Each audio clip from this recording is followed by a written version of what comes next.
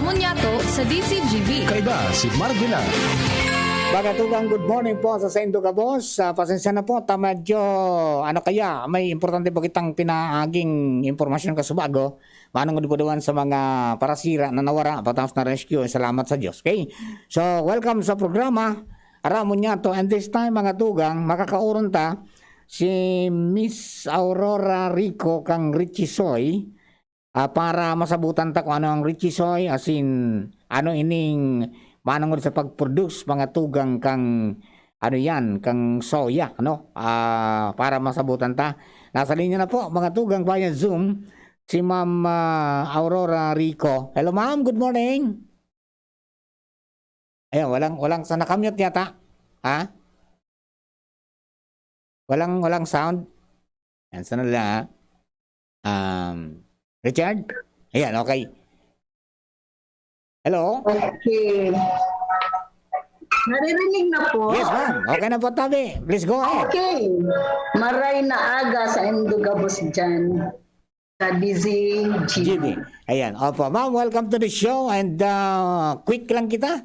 My pleasure po. Opo, makasasang my oras. pleasure po. Okay, now, ma'am, ano po itong Richie Soy? Okay. Ang Richie Soy po, it is the brand name ng Samuyang product. Mm-hmm. Ang Samuyang company is Tilim Lamps. Ang Tilim Lamps po, gustong sabihin, the Lord is my light and my salvation. Mm-hmm. So that is found in Psalm 27:1. So, ano po ta Richie Soy? Ang hapot po is Tanta Richie Soy. I-ano na lang natin sa the word itself, rich. Ang soya po kasi is very rich in nutrient. Yes, opo. And ang soya po, kaya po I am so grateful na na-invite Digdi kasi po soya is kumbaga parang ignored crop Digdi sa Philippines. Mm-hmm. So hindi masyadong natatawanan siyang panahon or yung farmer po mayroong gayong heart Digdi sa pagtanom ng soya kasi they is in the well-informed. Yeah. So, because of the word, parang ignorance about the crop. In fact po, ang soya, kasi we are, nagpo-plant na po kami ngayon ng soya. Although, maraming cropping na nalugi po kami, pero still, we continue to plant. Dahil nga po, number one na, ng company is to have a local supply. Iyon. Yung local supply na non-GMO. Okay. Po, organic farming.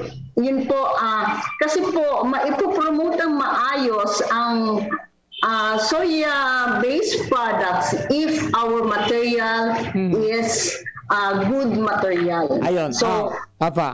Ma'am, kumusta ang demand kanina sa Bicol? ay po, ang demand kang soya, actually, noon pang panahon na dahil pa ako nag-process, may demand na po. Okay. From the feeds, nag-i-import ang Philippines for the soya meal. Okay. And then ito po mga naglalaking taho and tokwa, Yes. nagagamit sindang imported beans. And then po, ang ginagamit ng mga soya oil, imported po din. So almost na soya oil po na or soya products na ginagamit po natin is all imported. So kaya po ang demand kang product or kang seeds is very high. Kasi po, grabe ang importation ng soya. So, importation. So, ang gusto nindo talaga, magkagawa ng local suppliers ka mo. Now, ano ang primerong encounter doon sa mga parao makain Are they willing to plant? And ano yung daga tadigdi or ang klima tadigdi? Akma ba yan sa soya? Base po sa experience ko po, ang soya production po digdi sa tuya dapat once a year lang. Yan po si Fear Me. Kasi dahil po na-anticipate yung, aram mo naman sa na ang Bicol is bagyuhin. Opo. So, kaipuhan po talaga, if possible, December, January, February ang planting. So, yan po ang the best kaiyan.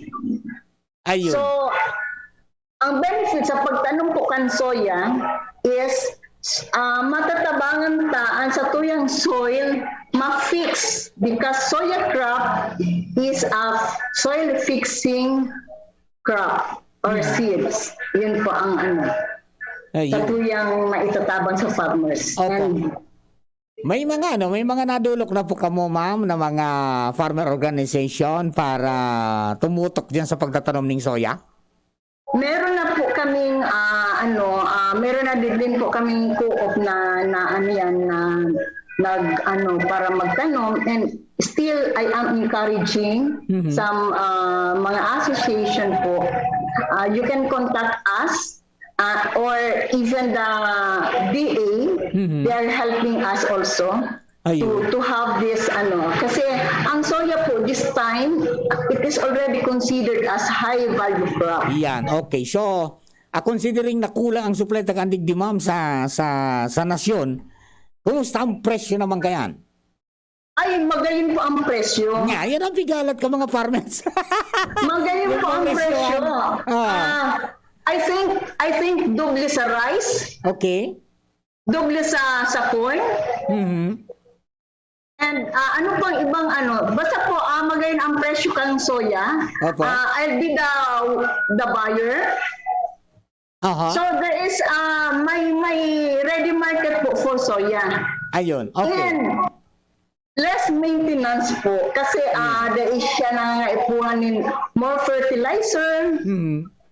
There po siya nangaipuhan na sobrang maintenance compared sa rice or corn. Okay. So, they kuman po pigsa sa ating day na magtaranom ng rice and corn, but we need also to plant soya. Yan. Kasi po kaipuhan mismo kan sa tuyang lawas ang soya products. Yan, okay. Ma'am Au, Opo. paano ka mo makontak? Paano makakonekta sa Indo ang mga farmers Okay para so interesadong magtanom? And I think Opo. pag may nagtukod garo tuturuan man nindo kung paano ang tamang pagtaranom kaan. Yes po. By next year po, ito na po talaga ang ko yung planting ng soya. Siguro I have to connect with DA and the LGUs. Ayan, pwede ba kaming halimbawa, yung ibang mga kabuantas dito sa Bicol, pwede bang kumonek sa Bicol o Makaluhokan, and then bahala man yung Bicol o Makaluhokan na mag-connect po sa Indo? Yes, sir. Yes. Ayan, okay. May coordination na lang tayo para mas Opo. maganda, Okay. Opo, sir. Ma'am Au, medyo alipot pang oras but then sa mga susunod na mga aldaw, pag available pa kamo, pwede kita kang i-accumulate girari para mas maiwas tang madiscuss. Iyan ang manong Yes sa po. pagtanong kan soybeans, soya. Yes, Okay. Sir Mar. Ma'am, salamatan mo pa rin tabi. And kung sa available ka sa Salamat aga, naman po. kung available ka Salamat sa aga, po. patuloy natin itong kwentuhan natin. Sige po, sir.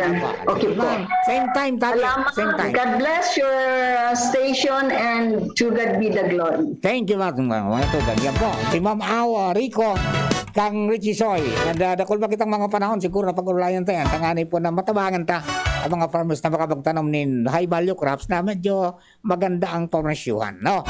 Soya beans. Dato ginagamit nila pati sa tao. Imported na beans. Magtanom kita sa tawong nagtatanom, daing gutom. Tendo ka, boss. Thank you. Abangan po ang mga amiga ta from DNR sa boses, ano na yung nila? Kabalibutan ta at amanon ta. Masunod na po after the news break. Bye-bye.